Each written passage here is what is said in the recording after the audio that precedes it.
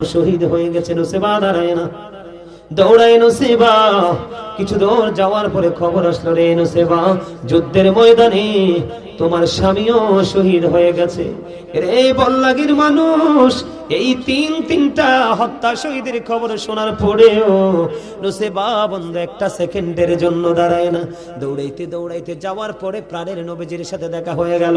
প্রাণের নবীজি একটা ডাক দিয়ে বললেন, প্রাণের রাসূল একটা ডাক দিয়ে বললেন, নবীজি ও নুসেবা, আজকে তো তোমার অনেক বড় ক্ষতি হয়ে গেল রে নুসেবা।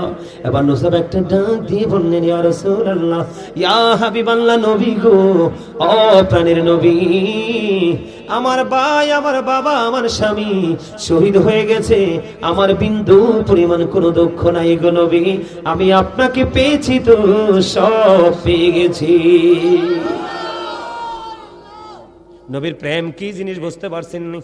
বিশেষ করে আজকে রামচন্দ্রপুর বল্লাগের যুবকদের উদ্দেশ্যে বলি, একটা যুবক যুবতীর জীবনে সবচেয়ে বড় আনন্দের সময় হলো বিয়ের দিন এবং ভাসর রাত।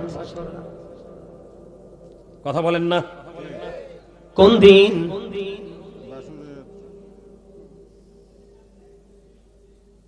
কথা কি বুঝতে পারছেন? হযরতে হানজালা নবীর সাথে কত গভীর প্রেম ছিল। বিয়ের রাত্রিতে বন্ধু বাসর হলো রে, বাসরের পরে গোসল করা কিন্তু ফরজ। কথা বলেন না কেন? বাসর হলো, এই দিক দিয়ে উহুদের ময়দান থেকে খবর চলে আসলো, হযরতে হানজালা কিন্তু গোসল করে নাই। উন্মুক্ত তরবারি নিয়ে উহুদের ময়দানে বন্ধু চলে গেল। উহুদের ময়দানে যাইয়া যুদ্ধ করতে করতে বন্ধু নিজে শহীদ হয়ে গেল। ইন্না লিল্লাহি ওয়া ইন্না ইলাইহি রাজিউন। ওই হানজালার বিবি দৌড়ে চলে গেল, নবী গো, ও প্রাণের নবী গো। উহুদের ময়দানে স্বামীকে খুঁজলো, কোথাও স্বামীকে পায় না। নবীজি বললেন, রে ও হানজালার বিবি, আকাশের দিকে তুমি তাকাও। বন্ধু, ওই আকাশের দিক থেকে হানজালার লাশ জান্নাতি খাদেমেরা উপর থেকে উহুদের ময়দানের দিকে নিয়ে আসতেছে। জোরে জোরে কন্যা সুবহানাল্লাহ। হানজালা জীবন দিয়েছে বন্ধু নবীর প্রেমে, আর বাসর করার পরে গোসল করস, পবিত্র হতে হবে, পবিত্র হয় নাই। কিন্তু নবীর প্রেমে জীবন দেওয়ার কারণে এবার হানজালার বিবি দৌড়ে চলে গেলেন। যাইয়া দেখলেন হানজালার দাড়ি বেয়ে বেয়ে ফোঁটা ফোঁটা করে বন্ধু তাজা পানি ঝরছে। ইয়া রাসূলুল্লাহ, ইয়া হাবিবাল্লাহ, নবী গো, ও প্রাণের নবী, ওই তাজা পানি ঝরছে গো নবী, আমার স্বামী তো গোসল করে নাই। আমার প্রাণের নবী যে একটা ডাক দিয়ে বললেন, রে হানজালার বিবি রে, তোমার স্বামী তো আল্লাহর প্রিয় হাবিব, হাবিবুল্লাহর প্রেমে জীবন দিয়ে দিয়েছে। এই জন্য আমার আল্লাহ আরশের নিচের পানি দিয়া জান্নাতি খাদেম দিয়ে গোসল করাইয়া পাঠাইছে। আর জোরে বলেন না সুবহানাল্লাহ। সেই নবীকে ভালোবাসা দরকার আছে না নাই? এই জন্য আমি আপনাদেরকে আজকে বলেছি, আল্লাহ বলেছেন ইমানদারদেরকে ডেকে তুমি জাহান্নাম থেকে বাঁচো, তোমার পরিবারকেও জাহান্নাম থেকে বাঁচাও। আপনি বাঁচবেন এবং বাঁচাবেন, এটার জন্য সর্বপ্রথম করতে হবে আপনার রাসূলের সাথে প্রেম।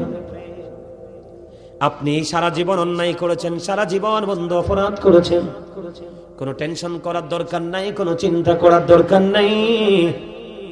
আপনাদের জন্য কাল থেকে পরশু দিনই বয়ে আনছে নিয়ামত। কথা বলে না কেন? কোন মাস? আরো জোরে বলেন না, কোন মাস? আমি একটা হাদিস শরীফ আমি আপনাদেরকে শোনাই। রাসূল বলেছেন, আসসালাতুল খামস ওয়াল জুমআতু ইলাল জুমআ ওয়া রমাদানু ইলা রমাদান মুকাফফিরাতুল লিমা বাইনাহুন্না ইজাতুনিবাতিল কাবাইর।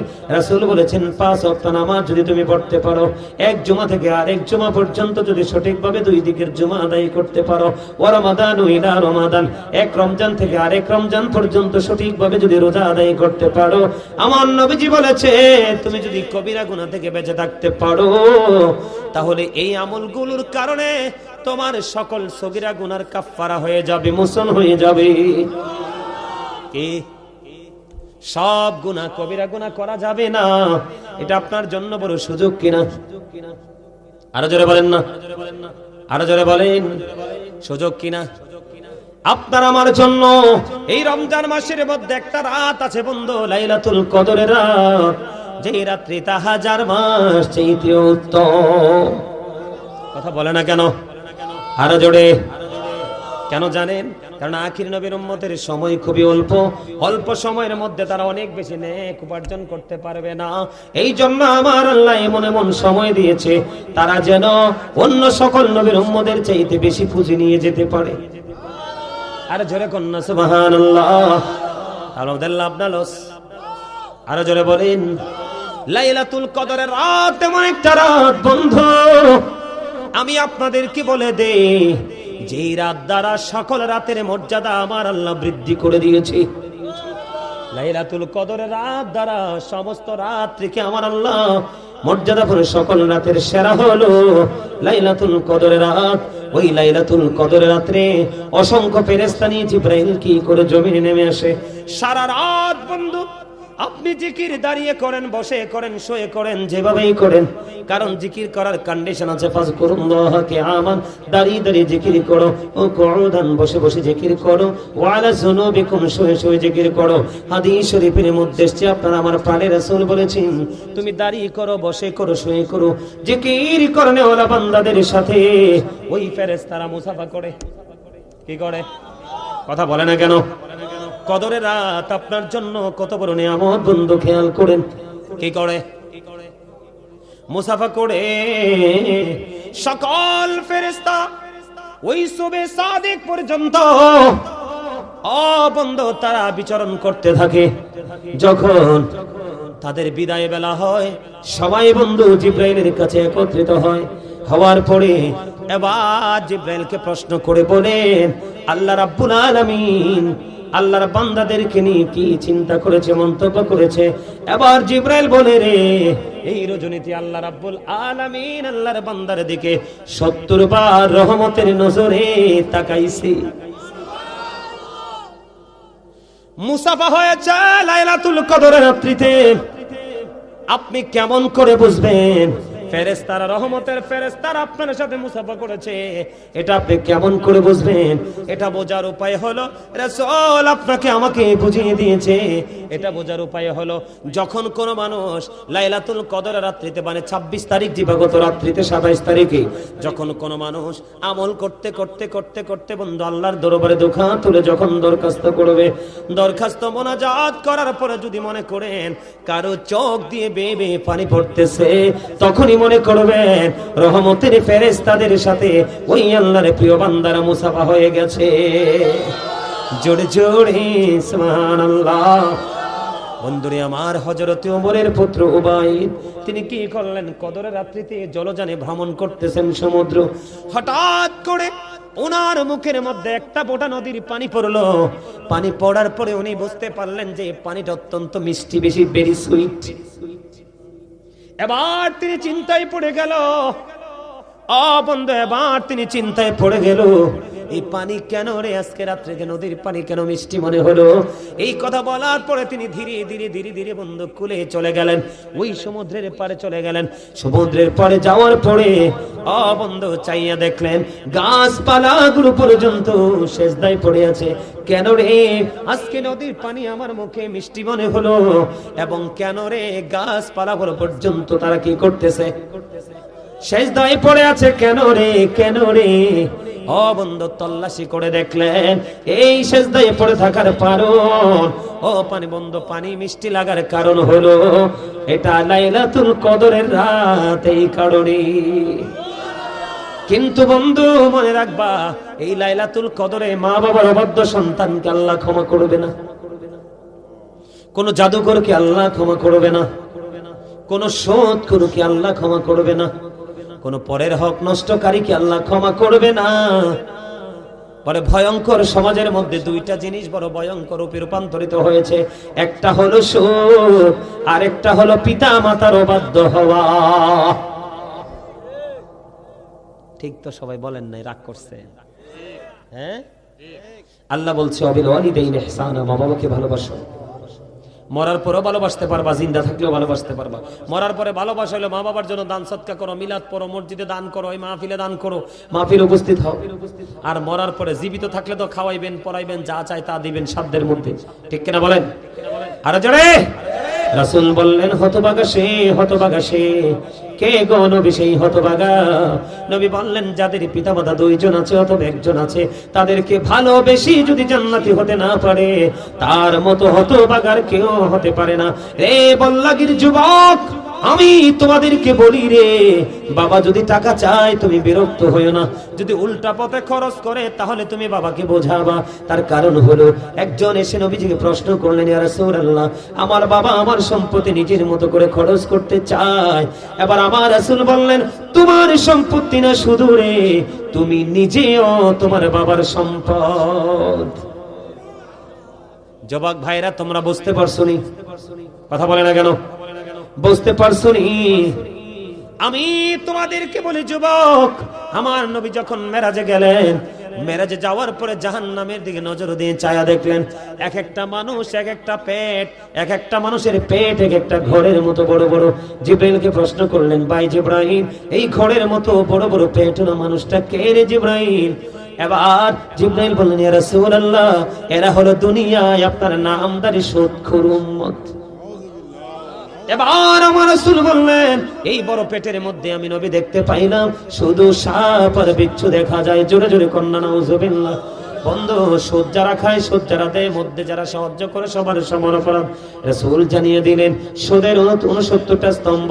বন্ধুরে, আবার যেই ব্যক্তি সুদের মাধ্যমে 1 টাকা উপার্জন করলো, সেই যেন তার মায়ের সাথে 36 বার বন্ধু জিনা করলো। রাসূল বলেছেন, লা তুকবালু সালাতুন বিগাইরি তুহুর ওয়ালা সাদাকাতুন মিন গুলুল। পবিত্রতা ছাড়া ইবাদত কবুল হয় না, হালাল টাকা না হইলে দানও কবুল হয় না। তাহলে আপনাদেরকে আমাকে সচেতন থাকতে হবে, কি হবে না? কথা বলেন না কেন? এই ওয়াজ ওখানে করলাম। ও বন্ধু, রাসূল বলে দিয়েছেন, এমন রোজাদার আমাদের মধ্যে অনেকেই আছে, সারা দিনের বেলা শুধু সে উপাসী রইল, আর কিছু তার নসিবে জুটলো না। রাতের বেলা সে রাত্রি জাগ্রত করলো, এই রাত্রি জাগরণটাই শুধু তার নসিবে জুটলো। দিনে এবং রাতে এক্সট্রা কোনো নিয়ামত তার নসিবে জুটলো না। কারণ কি? সে গালাগালি করেছে, বকাবকি করেছে, সুদ খেয়েছে, পরের হক নষ্ট করেছে। সে কখনোই রোজাদার হতে পারে না। আমি আপনাদেরকে বলে দিই, কেউ যদি রমজান মাসে আপনাকে বকা দেয়, আপনি বলবেন আমি রোজাদার। কেউ যদি আপনাকে বলে, আপনাকে বকা দেয়, আপনি একটাই বলবেন আমি রোজাদার, আমি রোজাদার, আমি রোজাদার। বাকি কাজ বন্ধু আল্লাহর। ঠিক কিনা বলেন? আরো জোরে বলেন। আপনারা জানেন কি জানেন কিনা জানি না, রাসূল বলে দিয়েছে আমাদের জন্য কত বড় নিয়ামত। রাসূল বলেছেন, ইদা জাআ রমাদান ফুতিহাত আবওয়াবুল জান্নাহ ওয়াগুলনিকাত আবওয়াবুন নার সুফিরাতিশ শায়াতিন। আমার রাসূল বলে দিয়েছেন, যখন রমজান আগমন করে জান্নাতের দরজাগুলো খুলে দেওয়া হয়, জাহান্নামের দরজাগুলো বন্ধ করে দেওয়া হয়, শয়তানকে বন্দী করে দেওয়া হয়। কারণ আমরা বন্ধু 12 মাসে আমল করতে পারি না শুধু শয়তানের কারণে। কারণ এই শয়তান আমাদের প্রকাশ্য শত্রু, কিন্তু প্রকৃত মুমিন যারা, তাদের সম্পর্কে আমার আল্লাহ বলেছেন, ইন্না কাইদা শাইতানি কানা দাঈফা। আমার আল্লাহ বলেছেন, শয়তান ডিসেপশন ইজ ভেরি উইক। জোরে জোরে বলুন আলহামদুলিল্লাহ। যখন রমজান আগমন করে জান্নাতের দরজা খুলে দেওয়া হয়, জাহান্নামের দরজা বন্ধ করে দেওয়া হয়, শয়তানকে বন্দী করে দেওয়া হয়। যদি আপনি সব ধরনের অপরাধ বাদ দিয়ে বন্ধু সুন্দর করে রোজাটা রাখতে পারেন, আপনার জন্য স্পেশাল নিয়ামত হলো, রাসূল বলেছেন, জান্নাতের একটা গেট আছে, সেই গেটের নাম হলো বন্ধু রাইয়ান। ওই কাল হাসরের দিন রোজাদাররা রাইয়ান নামক জান্নাতের গেট দিয়ে বন্ধু প্রবেশ করবে। রোজাদাররা ঢোকার পরে গেটটা ব্লক করে দেওয়া হবে। যারা কন্যা সুবহানাল্লাহ। বেশি বেশি করে দান করবেন। একটা কোরআন খতম পড়ালে 700 কোরআন খতমের সওয়াব পাবেন। একটা মিলাদ পড়ালে রমজানের উসিলায় 700 মিলাদের সওয়াব পাবেন। বন্ধু, আপনাদেরকে আমি বলে দিতে চাই, রমজান মাসে তারাবি কয় রাকাত পড়বেন? সকল সাহাবায়ে কেরামের ইজমা হয়েছে, সকল সাহাবায়ে কেরামের ইজমা হয়েছে, তারাবি নামাজ 20 রাকাত। কাঠমোল্লা বের হবে যুগে যুগে পৃথিবীকে ধ্বংস করার জন্য, শুধু বলবে নাই নাই নাই, বেদাত বেদাত বেদাত। এই বক্তব্য শুনবেন না, এই বক্তব্য শুনলে ধ্বংস হয়ে যাবেন। যারা বারবার বেদাত বলে, তাদের 2 পকেট ভর্তি, মাথা ভর্তি বেদাত। কথা বুঝেননি আমার? এখন বেদাত বলতে বলতে মানুষগুলোকে আমল থেকে দূরে সরিয়ে দিয়েছে। দেখবেন এই কাঠমোল্লারা কেউ বলে 12 রাকাত, কেউ বলে 8 রাকাত। সাহাবায়ে কেরাম এত দামি, সাহাবায়ে কেরামের ঘোড়ার খুরার নিচের 3 আঙ্গুলের এক চিমটি মাটি যদি বন্ধ একটা পাল্লায় তোলা হয়, ওই গাউসে পাক থেকে ধরে কিয়ামত পর্যন্ত যত আল্লাহর ওলি পৃথিবীতে সৃষ্টি হবে সকল আল্লাহর ওলিকে যদি একটা পাল্লায় তুলে দেওয়া হয়, সাহাবায়ে কেরামের ঘোড়ার খুরার নিচের 3 আঙ্গুলের এক চিমটি মাটির ওজন ভারী হয়ে যাবে। কারণ সাহাবীরা চর্মচক্ষু দ্বারা নবীকে দেখেছে, অন্তর দ্বারা বন্ধ নবীজির প্রতি বিশ্বাস শ্রদ্ধা করেছে, নিজের জান মাল সব নবীজির জন্য কুরবানি করে দিয়েছে। ওই সাহাবায়ে কেরাম যদি 20 রাকাত বন্ধ তারাবি পড়তে পারে, তাহলে আপনার আমার পড়ার দরকার আছে না নাই? আরো জোরে বলেন। আহলুস সুন্নাত ওয়াল জামাত নবীকে ফলো করবে সাহাবায়ে কেরামের মধ্যে, ঠিক কিনা? সাহাবায়ে কেরামের মাধ্যমে, আর তাবেঈরা ফলো করেছেন কি সাহাবায়ে কেরামদের মাধ্যমে, ঠিক কিনা বলেন? এমনি করে করে করে করে আজ পর্যন্ত আমাদের কাছে ইসলাম এসেছে। বন্ধু, আমি আপনাদেরকে বলি, কেউ বেদাত বললে আপনারা কি করবেন না, ক্ষান্ত হবেন না। আমার দিকে তাকান, বিরক্ত হননি? এই ওয়াজটার দরকার নেই, বেশি দরকার কিনা বলেন? আমি আপনাদেরকে বলি, নরমাল যদি কোনো একটা ইবাদত রমজান মাসে করেন, একটা ফরজ আমলের সমান সওয়াব দেওয়া হবে। নরমাল যদি একটা আমল আপনি করেন, একটা ফরজ আমলের সওয়াব হবে। আর যদি আপনি একটা ফরজ আমল করেন বন্ধু, তাহলে 70টা ফরজের সওয়াব আপনার আমল নামায় দেওয়া হবে। জোরে জোরে বলুন না সুবহানাল্লাহ। এই জন্য সবাইকে বলছি, হালাল খাবার দিয়ে সাহারি করবেন, ঠিক কিনা বলেন? ইফতারিটা হালাল কিছু দিয়ে করবেন। আল্লাহ রাসূল বলেছেন, তোমরা খেজুর দিয়ে ইফতারি করো, কারণ খেজুরের ভিতরে এত এনার্জি আছে এটা আপনি কল্পনা করতে পারবেন না। সেই দিকে আমি ব্যাখ্যা করব না, ওয়াজ আমার অনলাইনে করা আছে, খুঁজে বের করে শুনবেন। খেজুর দিয়ে আলোচনা ইফতার করো। আপনি যদি মনে মনে ভাবেন যে বলো হুজুর কাঁচা খেজুর তো নাই, রাসূল বলেছেন তুমি শুকনা খেজুর দিয়ে ইফতার করো। ইয়া রাসূলুল্লাহ, ইয়া হাবিবাল্লাহ, নবী গো, ও প্রাণের নবী, আমার কাছাও নাই গো, আমার শুকনা খেজুরও নাই গো নবী, আমি কি করব? আমার নবীজি বললেন, তুমি সাদা পানি দিয়ে ইফতারি করো, কারণ এই দুটোর মধ্যে রোজাদারের জন্য নিয়ামত রয়েছে। এখন বেশি করে বলছি, এই বর্তমান সময়ে আমরা বাংলাদেশের মানুষ বেশি অসুস্থ, বেজাল খাইতে খাইতে এখনকার ব্যবসায়ীরা ম্যাক্সিমামই কসাইয়ার চাইতেও জঘন্য। কথা বলেন না কেন? 3 দিন 4 দিন 5 দিন বাসি বন্ধু পচা তেল দিয়ে ভাজি খাওয়ায়। এই জন্য আমি আপনাদের সবাইকে বলবো, আমরা আমার রাসূলকে ফলো করব।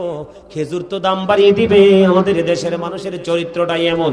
বলে হুজুর আমি খেজুর কিনতে পারি না, কি করব? আপনি নরমাল সাদা পানি দিয়ে আপনি ইফতারিটা করবেন, আগে পানি মুখে দিবেন। বন্ধু, তাহলে আমরা কি পাইলাম? নবীজির কাছ থেকে একটা শিক্ষা পাইলাম। তবে ইফতারিটা বন্ধু যথা সময়ে করবেন। জোরে জোরে কোন সুবহানাল্লাহ। জি, কথা কি বুঝতে পারছেন? আমার কথা বুঝতে পারছেননি? রমজানের শেষের দিকে আপনারা ইতিকাফ করবেন। কি করবেন? যেই মসজিদে জামাত হয় ওই মসজিদে বন্ধু ইতিকাফ করতে হবে। কথা কি বুঝতে পারছেন? পুরুষরা মসজিদে করবে, আর নারীরা পর্দাটা নিয়ে ঘরে করবে, তাদেরকে আলাদাভাবে সার্ভিস দিবেন। আমার নবীজি যখন রমজানের শেষ 10 দিন আসতো রে, আমার নবীজি ওই মাজা মুবারকের মধ্যে শক্ত করে কাপড় বেঁধে তিনি আমল করতেন। চুরি চুরি কোন সুবহানাল্লাহ।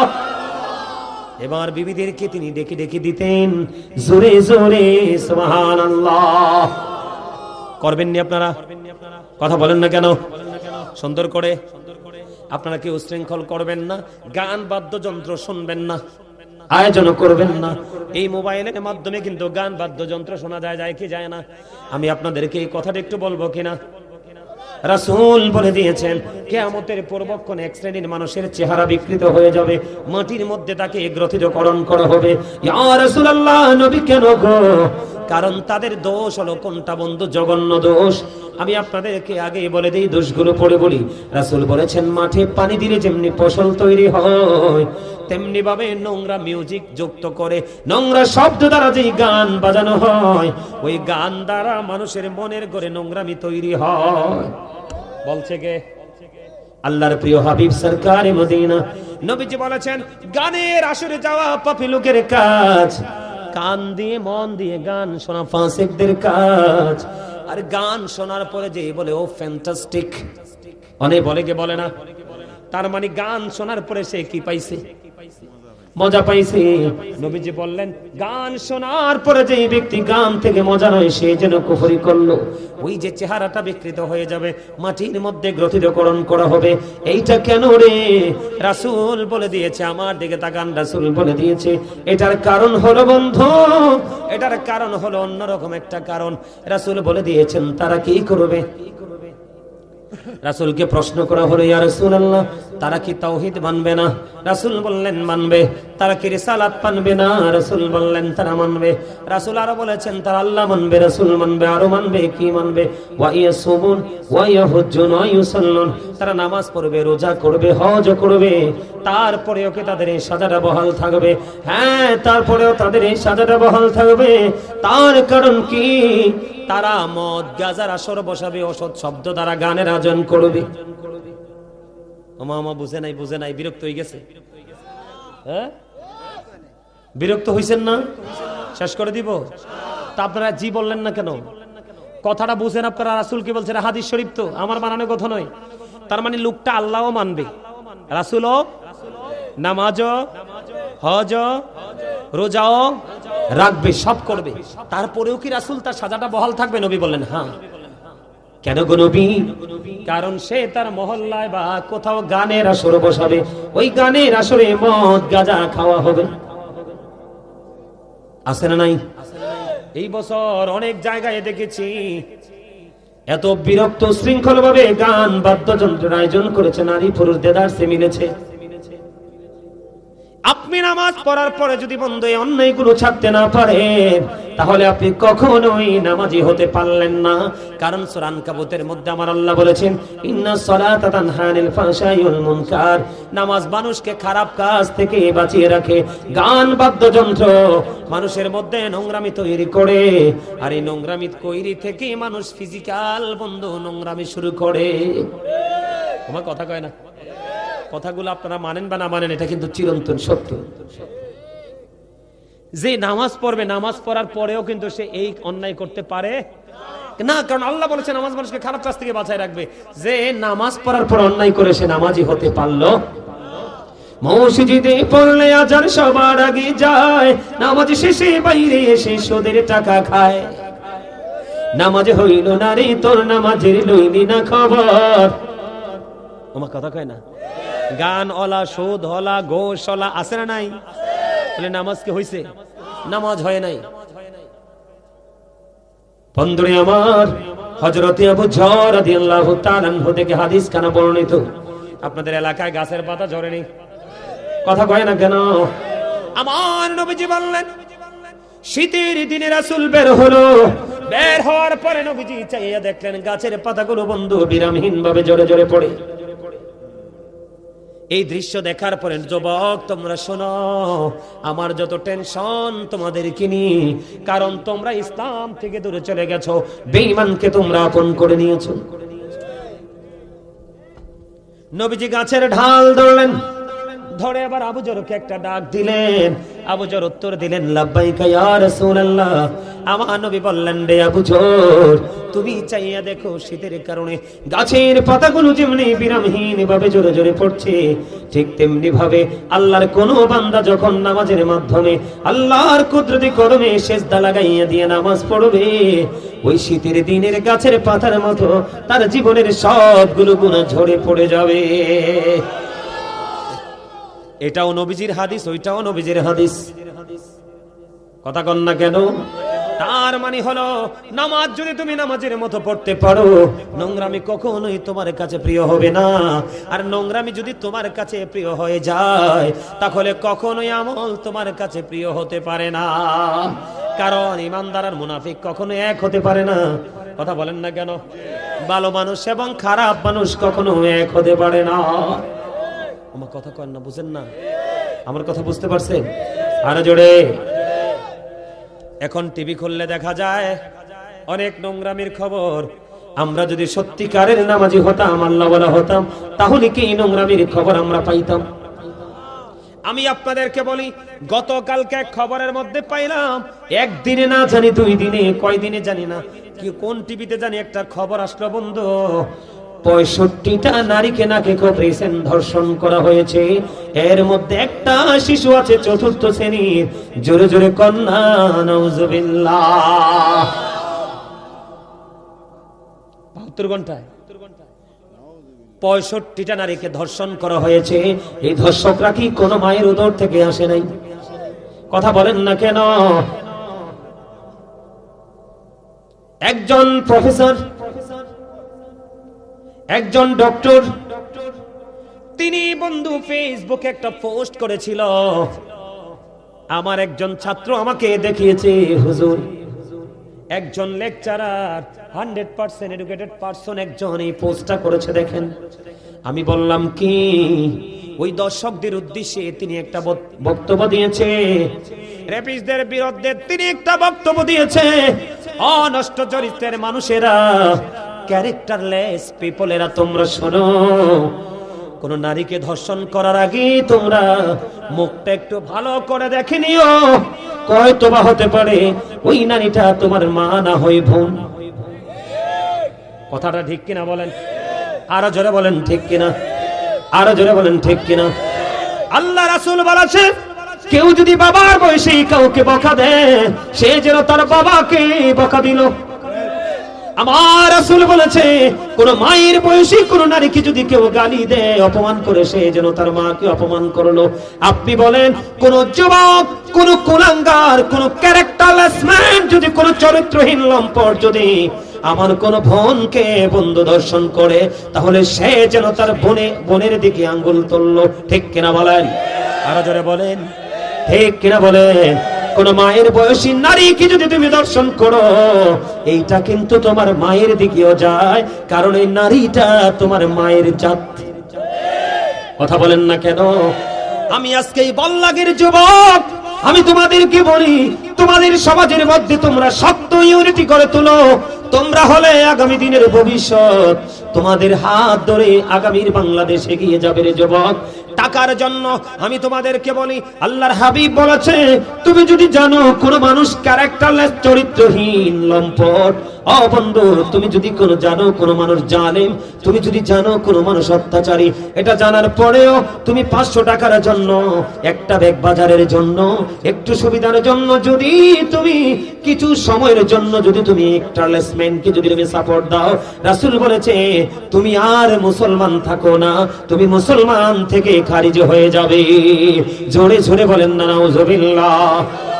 আমি আপনাদেরকে বলি, আজকের বাংলাদেশে যে রেপিস্টটা প্রকাশিত হয়েছে, বন্ধু চরিত্রহীন লম্পটেরা প্রকাশিত হয়েছে, তাদের কেউ না কেউ লিড দিচ্ছে। তোমার কথা বলেন না কেন? কেউ না কেউ তাদেরকে মদত দিচ্ছে। মনে রাখবেন, চুরি করার পরে মাল যদি লুকানোর জায়গা না থাকে, চোর চুরি করবে না। তার মানে অন্যায় করার পরে যদি প্রশ্রয় না পায়, সে কোনোদিন অপরাধ করবে না। আমার কথা ঠিক আছে নি? এই জন্য আমি আপনাদেরকে বলি, কোন মানুষকে বন্ধু হত্যা করা যাবে না, কিন্তু ধর্ষণ যারা করে, জিনা যারা করে, তাদেরকে হত্যা করা যাবে। কোন মানুষকে খুন করার বৈধতা নাই। আমরা মুসলিম কান্ট্রিতে বসবাস করি, ঠিক কিনা বলেন? আমার নবীজি বলেছে, এই দেশে কোন বেঈমানকেও যদি হত্যা করা হয়, সেই জন্য গোটা জাতিকে হত্যা করলো। তাহলে খুনটা অত্যন্ত সেনসিটিভ একটা বিষয়, ঠিক কিনা? রাসূল বলেছে হত্যা করা যায় না, কিন্তু বন্ধু জিনা করনেওয়ালা, অসভ্য চরিত্রহীন লম্পটদেরকে হত্যা করা যাবে। কিন্তু আমাদের বাংলাদেশের আইনের খবর আমি জানি না, কেমন করে ধর্ষকরা জামিনে ছাড়া পায়। লজ্জা লাগে বন্ধু এগুলো শুনলে। আপনি মনে করেন না ঢাকায় হইছে, কুমিল্লা হইতে দেরি নাই। আমাদের কুমিল্লায় তনু হত্যা হয়েছে কিনা? ক্যান্টনমেন্ট এলাকায় তার চুলগুলো পর্যন্ত দর্শকরা ছিঁড়ে ছিঁড়ে তুলে নিয়েছে। এত নিষ্ঠুর কেমন করে হয়? ও বন্ধু, ফেনী সোনাগাজীতে নুসরাতরে কেমন নির্মম ভাবে বন্ধু চলছে দিয়েছে ওই ধর্ষকেরা। এটা হোক টিচার, হোক ডাক্তার, হোক এমপি, হোক মন্ত্রী, সবাই সম্মিলিত ভাবে ধর্ষককে বন্ধু প্রতিহত করতে হবে, অন্যথায় ওই ব্যক্তির মতো হবে আপনার আবার অবস্থা। আমার আল্লাহ জিব্রাইলকে বললেন, জিব্রাইল যাও যাও অমুক অমুক শহর উল্টে দাও, ধ্বংস করে দাও। জিব্রাইল আল্লাহর অর্ডার নিয়ে চলে গেলেন। যাওয়ার পরে দেখলেন এখানে এমন একজন লোক যিনি এক মুহূর্তের জন্য আল্লাহর নাফরমানি করে নাই। জিব্রাইল ওখানে গিয়ে ডাক দিলেন, আল্লাহ গো, এখানে তোমার এমন একজন প্রিয় বান্দা আমি পেয়েছি গো, সে জীবন একটা মুহূর্তের জন্য কে করে নাই, তোমার নাফরমানি করে নাই, আমি কি তাকে সহ হত্যা করে দিব? আমার আল্লাহ বললেন, হ্যাঁ তাকে তো ধ্বংস করে যাও।